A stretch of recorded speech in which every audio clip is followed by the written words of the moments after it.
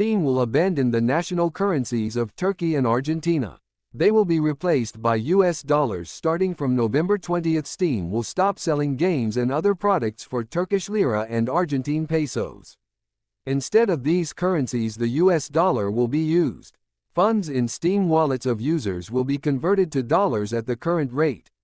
Active subscriptions paid in lira and pesos will expire on expiration, then they will have to be issued in dollars.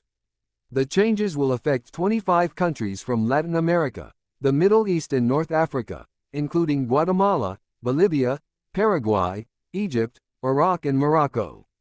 Valve said that prices may increase in some countries and decrease in others, depending on what the developers set prices before the change. As the company explained, it decided to abandon the lira and peso because of the volatility of the exchange rate in recent years.